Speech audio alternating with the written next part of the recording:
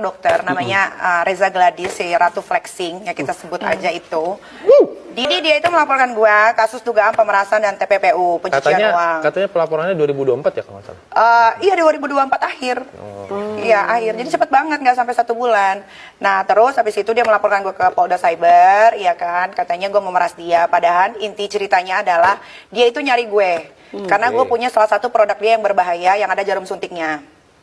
Yang tidak boleh diperjualbelikan di e-commerce. Karena kan kalau ada jarum suntiknya berarti kan lo harus melakukannya di klinik atau sama orang-orang yang berkompeten, ya kan. Tapi dia jual di e-commerce berarti kan bisa dipakai sama orang-orang yang tidak mengerti apa-apa. Pokoknya lo pakai aja karena katanya bisa glowing, bisa sehat mukanya apa segala macam. Nah gue punya dia.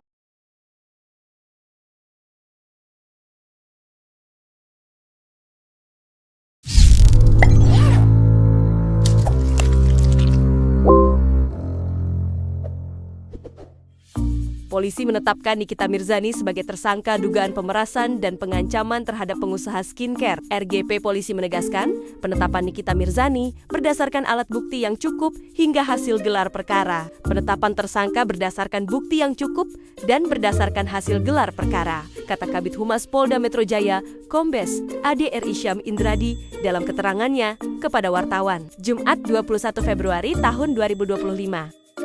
Secara rinci, ADRI menjelaskan alat bukti tersebut antara lain keterangan saksi, bukti dokumen, hingga bukti digital. Kemudian ada juga bukti hasil ekstraksi barang digital dan pemeriksaan ahli. Jelasnya, setelah melakukan serangkaian kegiatan penyidikan, penyidik lalu melakukan gelar perkara penetapan tersangka kasus pada Rabu 19/2. Berdasarkan alat bukti yang sah, polisi menetapkan Nikita Mirzani dan asistennya, Tim, sebagai tersangka. Benar, Saudari NM dan Saudara M telah ditetapkan sebagai tersangka oleh penyidik di Tresiber Polda Metro Jaya berdasarkan bukti yang cukup dan berdasarkan hasil gelar perkara, kata Kombes ADRI.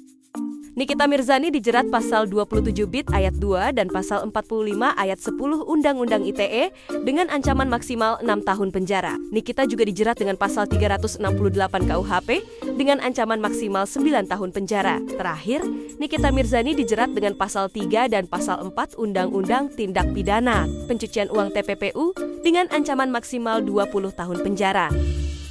Nikita Mirzani ditetapkan sebagai tersangka atas dugaan pemerasan 4 miliar rupiah terhadap bos skincare inisial RGP. Nikita Mirzani membantah tuduhan tersebut dan mengklaim uang 4 miliar rupiah itu adalah untuk endorsement. Kuasa hukum Nikita Mirzani, Fahmi Bahmid, mengatakan justru Nikita Mirzani yang pertama kali dihubungi oleh RGP melalui asistennya berinisial IM.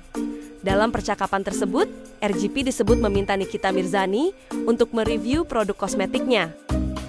Dia yang hubungi salah satu staf dari Nikita yang bernama Im, dan dia minta supaya direview yang baik-baik. Bingung juga apa yang mau direview yang baik-baik, sepanjang itu tidak ada masalah.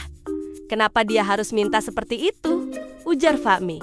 Saat dihubungi, Kamis 20 Februari tahun 2025, Fahmi membenarkan bahwa dalam percakapan itu memang ada pembicaraan soal uang yang nilainya miliaran rupiah. Dia juga menyebut ada negosiasi terkait uang tersebut.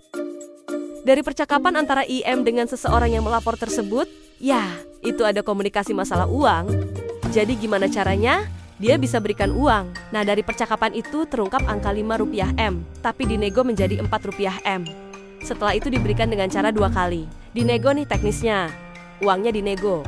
Setelah itu diberikan. Habis itu IM yaitu diingatkan supaya nanti di November yang akan datang, berarti November ke November kan 1 tahun, supaya mengingatkan dibayar kembali. Jelasnya, Fahmi menyebut dalam pembicaraan soal uang tersebut tidak ada pemaksaan atau pengancaman yang dilakukan oleh kliennya, Nikita Mirzani. Dia pun menekankan, Nikita Mirzani bahkan tidak mengenal pengusaha skincare tersebut. Dia menduga memang ada kepentingan dari pengusaha itu.